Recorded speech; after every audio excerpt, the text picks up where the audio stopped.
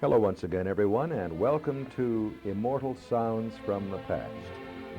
I'm Jim Price, and with me as co-host of this fascinating program is our good friend cantor Manfred Kuttner of Temple Israel in Omaha, Nebraska. Manfred, here we are again to do our thing, as is said nowadays, and I believe you probably have for us, as usual, a most interesting list of artists and music from the past that will certainly prove to be most interesting and certainly fascinating to our audience this time. Yes, Jim, I think our listeners will enjoy this concert in this hour, especially those who are interested in the vocal art, because we do not have too much instrumental music today, with the exception of our first and last numbers. We shall start, we have to rush a little bit because we have a large program. We shall start with the famous Roman Carnival Overture by Berlioz, conducted by André Cluytens or Cluytens, depending where you come from. He is a Belgian conductor, and in Belgium they speak French and Flemish, so he's known by both names. But here in America he's usually called André Cluytens. And he's leading the orchestra du Théâtre National de l'Opéra, that's a Paris symphony orchestra. So we shall listen to the overture to the Roman Carnival by Berlioz.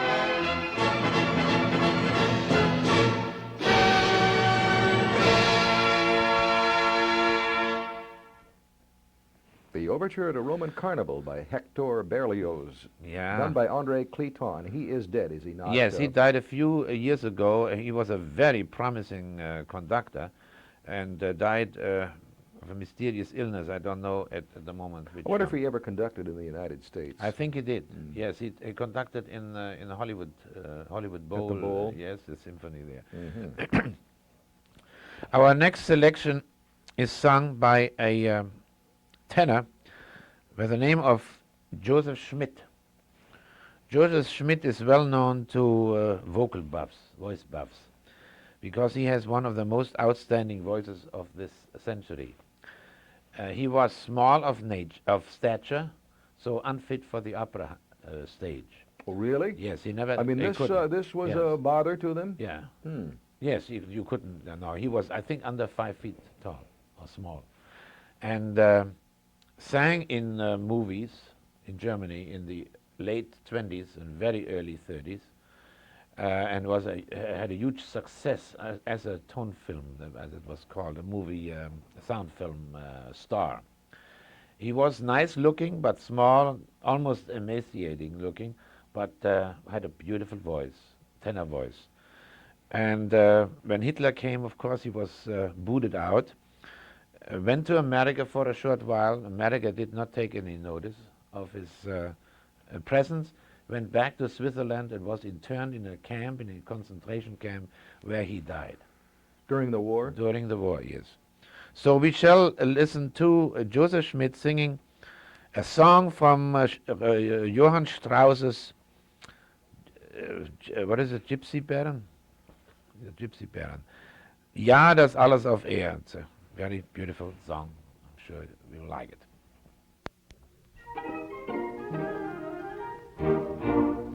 Als flotter Geist doch früh verweist, hab ich die ganze Welt durchreist.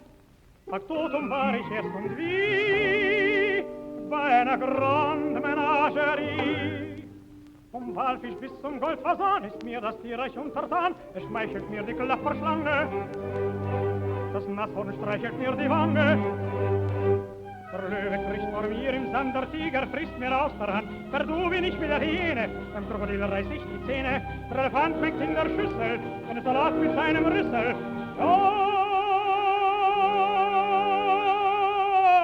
Ja, das alles auf Meer, das kann ich und noch mehr. Wenn man's kann ungefähr, ist nicht schwer, ist nicht schwer.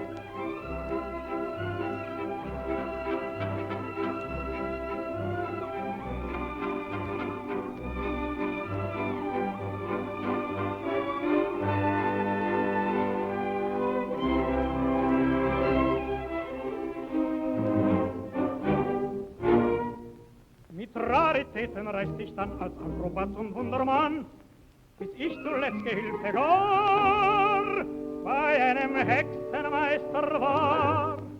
In meinem schwarzen Zauberkreis zitiere ich Geisterdutzendweis, bin passionierter Feuerfresser. In Zwischenpausen schluck ich Messer.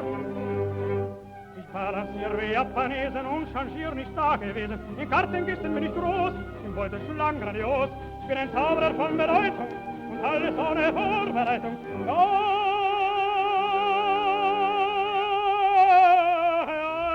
Das alles auf Erden, das kann ich und noch mehr. Wenn man's kann ungefähr, ist nicht schwer, ist nicht schwer.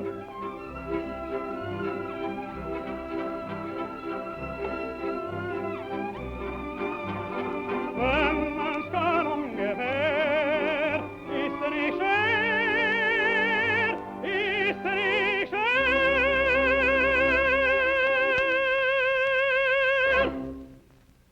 ending with the customary high C. C. Beautiful voice, that of Joseph Schmidt, Manfred. Yes. A voice that I personally had never really heard. I'd heard of him, but I hadn't heard the voice before. It's one of the tragedies of our time that a man like this had to die the way he did so. Yes, it certainly is. Yes. You know, I must remind everybody now, in case they are unaware of this, and maybe they joined us late, they are listening to Immortal Sounds from the Past with cantor Manfred Kuttner and myself, Jim Price.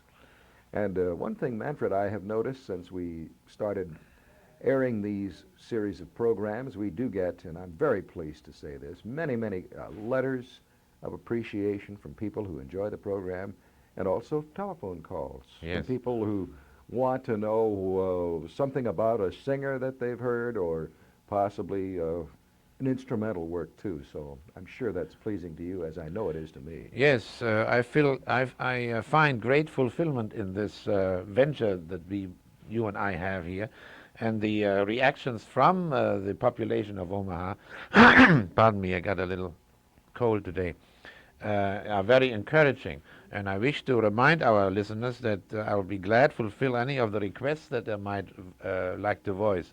We have quite a nice record collection, especially from the Immortal Sounds from the past, so they might let us know what they would like to hear. I had a very thrilling experience recently, talking about letters and telephone calls that you were talking about.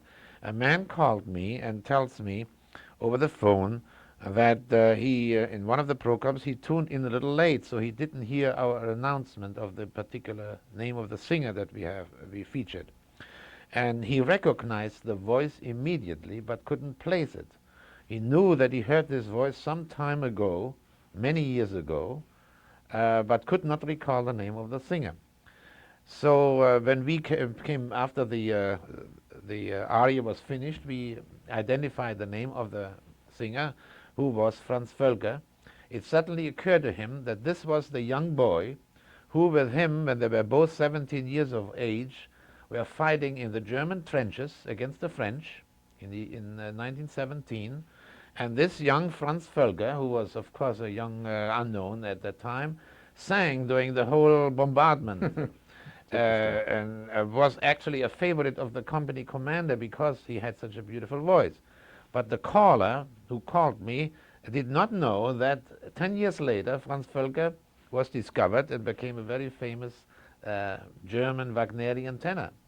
And he asked me whether I would not be so kind to give him the address of Franz Völker, and I had to tell him that, unfortunately, Franz Völker had died a few years ago. And that was quite a thrilling experience. Certainly was. Hearing a voice again. Something that happened so many years ago. 1917, and the circumstances under which it happened. Yes. So calls like this and letters like this come in quite recently, and we are proud of it, and we are happy to hear from our listeners. Now, back to the music. A very fine baritone, Italian baritone, Pasquale Amato, who was a contemporary of Enrico Caruso, who will sing for us just gorgeously beautiful. I'm just mad about his voice and his interpretation. The aria Eri Tu from the Masked Ball by Verdi.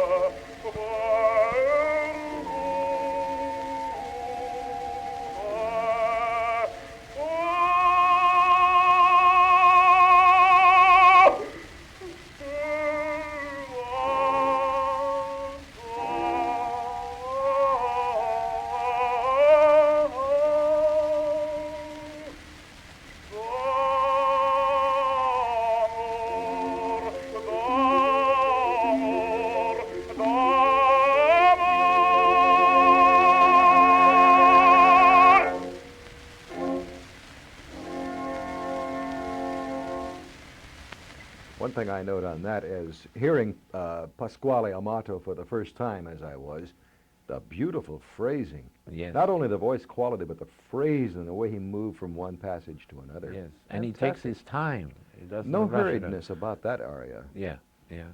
But, I thought this is about the best rendition of the aria I ever heard, although there are other beautiful ones. We had one recently by Igor Gorin, who sings it also very beautiful, but this is a little bit different. Beautiful. Now we have a change of pace a little bit by listening to the famous Don Cossacks choir under Serge Jaroff. Serge Jaroff conducts the Don Cossack choir, I don't know how many years, 40, 50 years, and I don't even know whether the choir or the chorus, how it is rather called, is still existing. I haven't heard of it for a long time. But recordings are still made. So we have a few selections. We are starting with an old polka, which goes into two Cossack songs. No, now, wait a minute. I think we changed our mind on that, did we not? Aren't we doing the funeral dirge The first? funeral dirge, yes, I'm sorry, yes, you're right. We do the funeral dirge first, yeah, thank you for correcting me. Now, would this be the funeral dirge, a Russian funeral Yes, dirge? a Russian, Greek Orthodox or Russian Orthodox. I'm not too familiar with the religion differentiation there. But it is a Orthodox funeral dirge, sung by the Don Cossacks, chorus under Serge Jaroff.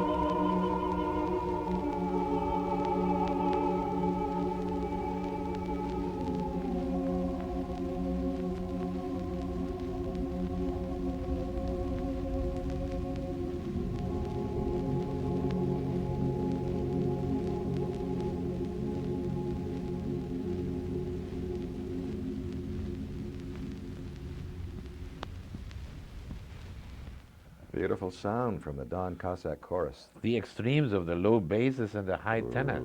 They almost sound like women. Right. Like women. The bassos and the tenors way up there in the It was A's a low and B flats. C sharp. It just strains me to even think about getting down there that low, much less singing it. You know something very interesting? I saw the Don Cossacks perform repeatedly, and they're very entertaining. They bring a program of serious music and also light music, but what the outstanding part of it is that Serge Jaroff, the conductor, also a very small man, we seem to have a day of small people today, in stature, he conducts in such a way that the audience does not see his hands. He conducts only with his thumbs and forefingers and fists and somehow just in front of his chest. And nobody sees what he's doing. So when you hear all of a sudden a tremendous great crescendo of this 40 or 50 piece chorus, you're surprised because the conductor doesn't move at all, not noticeable to the audience. Most interesting. Then another thing is, since they sing a cappella, he walks behind the chorus, which stands in one row of two. He walks behind them, giving them the pitch, also unnoticeable to the audience. And they, of course, they don't look around. They don't show that the man behind them give them a pitch. And then he steps back to his high platform. They have the pitch and start singing without a piano or something, giving him a key.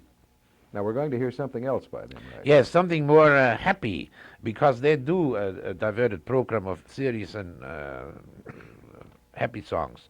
The next one is an old polka, which is followed by two Cossack songs, also by the Don Cossack chorus under Serge Jaroff.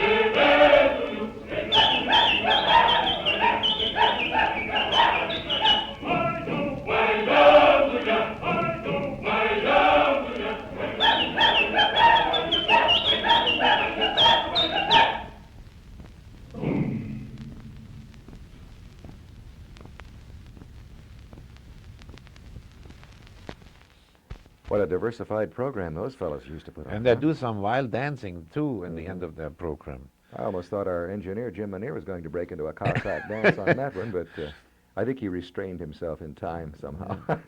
Serge, Jaroff, and the Don Cossack Chorus. Yes.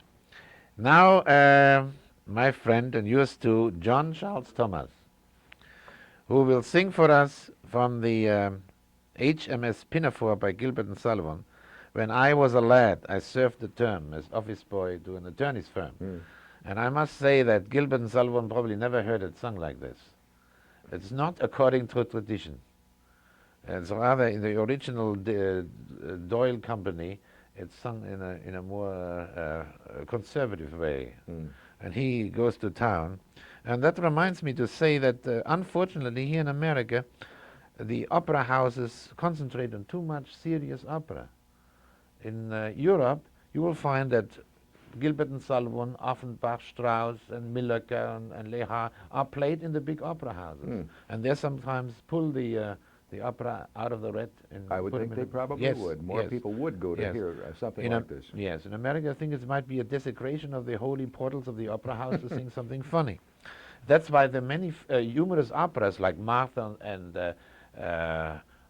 some of the Offenbach things are not taking hold. Or even Nicolai's Merry Wives of Windsor. Merry Wives of Windsor, yes. It's not becoming, people say. I don't agree with them.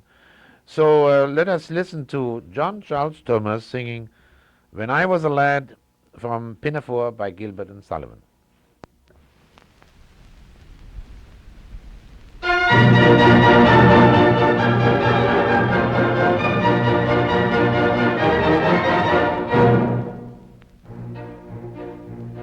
When I was a lad, I served a term as office boy to an attorney's firm. I cleaned the windows and I swept the floor, and I polished up the handle of the big front door. I polished up the handle so carefully that now I am the ruler of the Queen's Navy.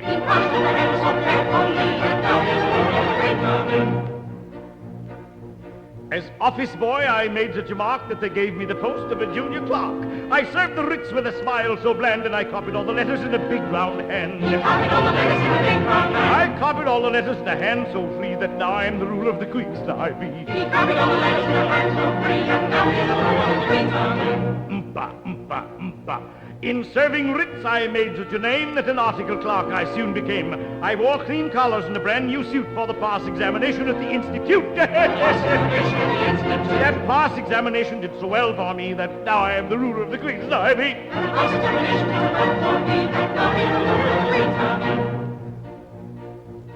Of legal knowledge I acquired such a grip that they took me into the partnership.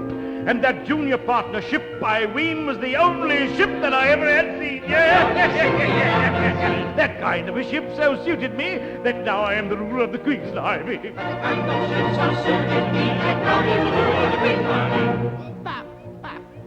I grew so rich that I was sent by a pocket borough into Parliament. I always voted at my party's call, and I never thought of thinking for myself at all. I thought so little they rewarded me by making me the ruler of the Queen's Navy.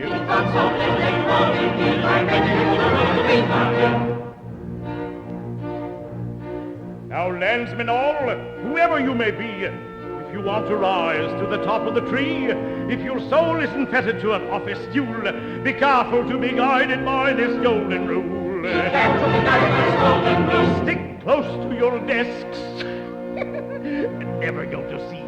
And you all may be rulers of the Queen's Navy. Stick close to your desk and never go to sea, and you all may be rulers of the Queen's Navy.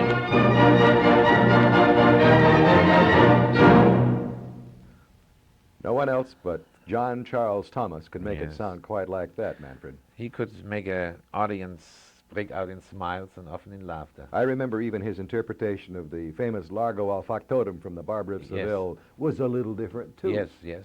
He took liberties, but for the never tasteless. No, it was that's always correct. A taste. Yeah. But he had fun while he Yes, sang. he had fun, and he gave the audience fun too. That's true. Yeah. Now we make a big jump from the fun to the serious mood. The Death and the Maiden. We couldn't make a bigger jump there. That's right down at the end of the line, Yeah, truly. this beautiful Schubert song that he himself liked so much and revamped it into a string quartet, used it as a theme for a string quartet, The Death and the Maiden, will be sung by the outstanding voice of this century, according to Toscanini, Marian Anderson. So let us listen to the interpretation of Marian Anderson singing the Death and the Maiden, the Toten das Mädchen by Schubert. I might add at the moment that actually two people are speaking in this song, and Marian makes it very clear in the coloring of her tone. First, the maidens ask Death to pass by, not to take her with him because she's so young and she's afraid to die. Then Death answers her in those beautiful D minor chords that death is nothing to fear of, that death is comfort and peace, and that she shall sleep comfortably in his arms. Marian Anderson.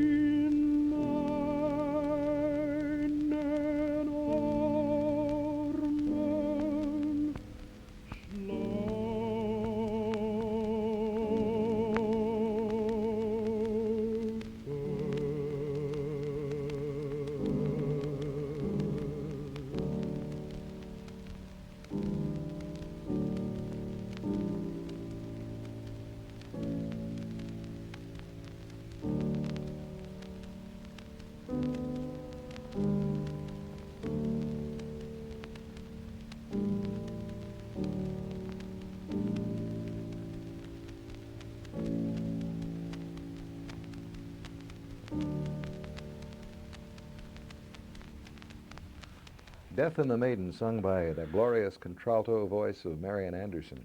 We might, Manfred, at this point mention, of course, the fact that many of the records that are used are 78s and are, of course, fairly ancient vintage, so the quality of reproduction is not what you would expect out of today's stereo high-fidelity records, but the quality of the music is still there, just the same.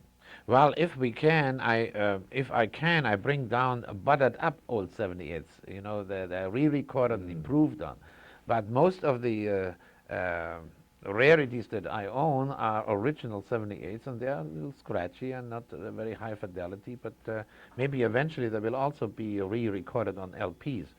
But so far they haven't. Like this Anderson record, you cannot get it for dear money. Our next, our next singer is Al Jolson, who, as I understand it, was the son of a cantor. He's Jolson. Wasn't that his real name? Something like Is that? I believe it I was, don't know yes. that. Is that right? Well, here he sings something in the Jewish or Yiddish language, which I might stress is not Hebrew. The Hebrew language is an ancient language, while the Yiddish language is at best from the Middle Ages, a mixture of German and many other languages, but the structure itself is from the German language. Well, anyhow, he sings the impression a tailor, a shoemaker, and a wagon driver have when they listen to a cantor who appeared as a guest in the synagogue. Their interpretation, of course, reminds them of their own trade. So the tailor will say that the chant of the cantor will remind him of the needle and thread. And the shoemaker will say that the cantor sang with such forceful tones like the hammer on leather. And the wagon driver will be reminded on the crack of his whip. Have you ever been reminded of I don't- occupations in your work at the I hate to temple? tell you what I was reminded. People are not very free of telling me about this, but a song has not been written about my singing. And they all say the repeated word is hot der gedaven, meaning that's the way he prayed. Hot der gedaven means that's the way he prayed, like a needle of a tailor, or the hammer of a shoemaker, or the whip of a wagon driver.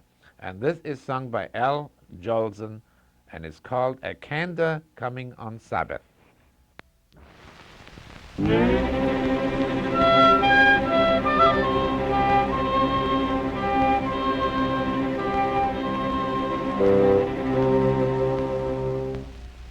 Sie gekommen nach Hasen in a kleine Städtele zu davnen ab Schabes, gekommen zu hören die schönste Ballabatum in Städtel, einer a Schneider, die zweite a Schuster, und die dritte a Balagula.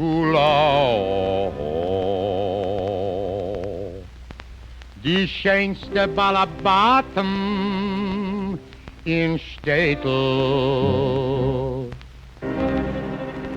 macht der Schneider,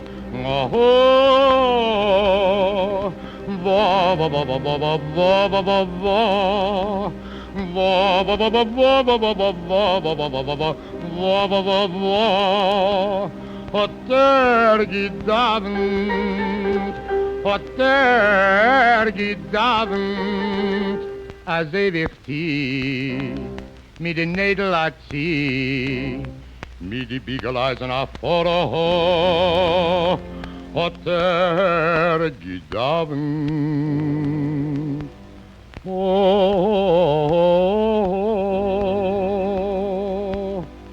Hat gedavend. Macht der Schuster,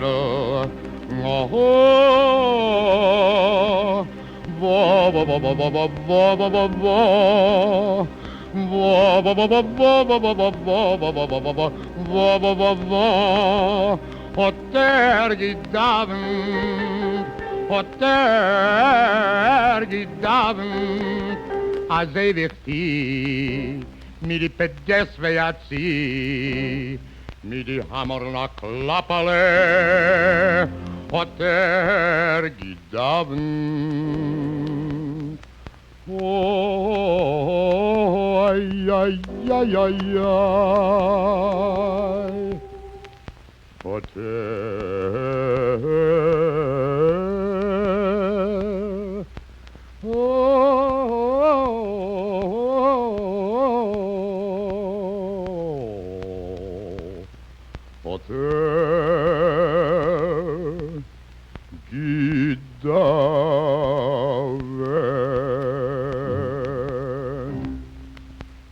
macht die Balladula, oh, oh. Wa, wa, wa, wa, wa, wa, wa, wa, wa. Wa, wa, wa, wa, wa, wa, wa, wa, wa, wa, wa, wa, wa, wa, wa, wa. Hat gedavend, als ewig die, mit den Leitze satt sie, mit dem Beitscher Schneiterein, hat gedavend.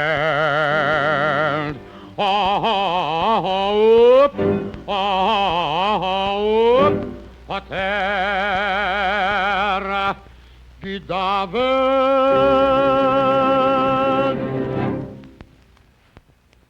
Not Mammy, but the cantor on a Sabbath boy, Al Wilson. It's a very well-liked song among Jewish people.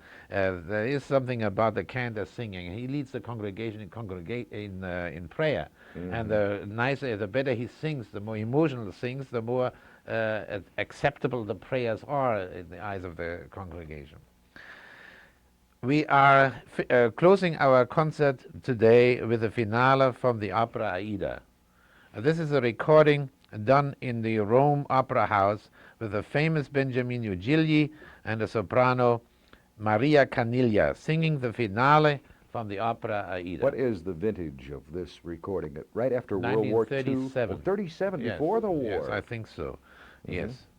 No, I'm sorry. I have to correct myself. I made myself a note here. It was recorded in 1946. You were right.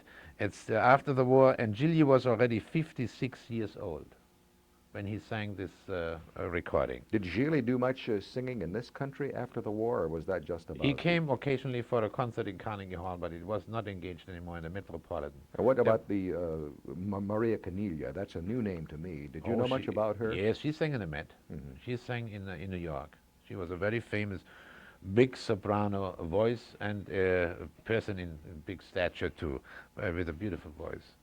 So now we'll hear the finale from Aida. Just the very end of the Aida.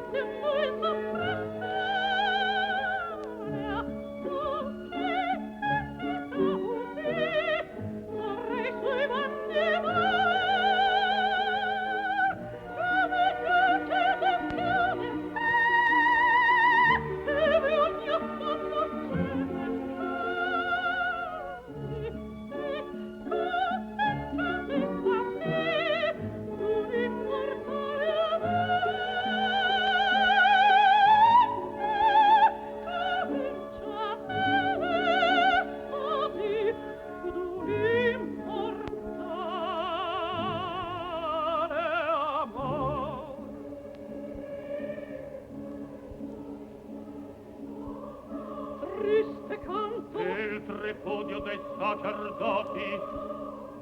Il nostro inno si morse nelle mie forti braccia, muove la città strana a tal pietra.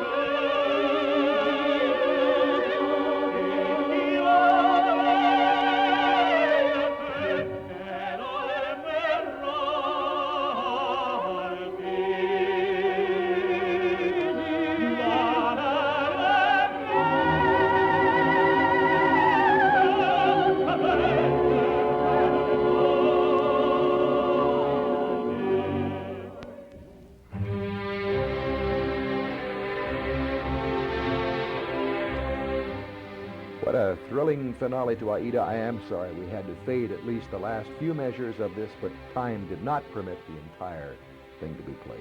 And our time is gone. Cantor Manfred Kuttner, thank you so very You're much welcome. for co-hosting again. Mr. Price, And thank you very much. we will certainly be back with more programs on Immortal Sounds from the past. From KIOS-FM, Jim Price speaking for Manfred Kuttner, saying so long for a while.